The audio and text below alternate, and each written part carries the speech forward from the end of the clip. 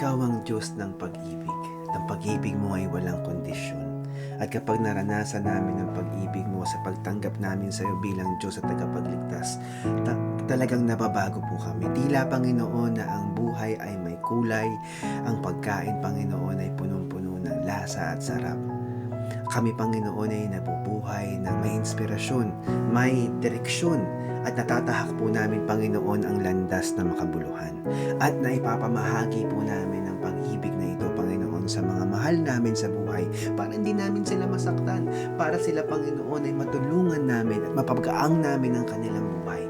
Dalahin ko po, Panginoon, na kayo po ang maggawad sa amin ng pag-ibig mo, na pamaranasan namin ito, Panginoon, para kami ay mabago. At ito, Panginoon, ay makatulong sa amin sa pang-araw-araw namin, Panginoon, pamumuhay. Kayo ang aming pupurihin at pasalamatan sa ngalan ni Jesus.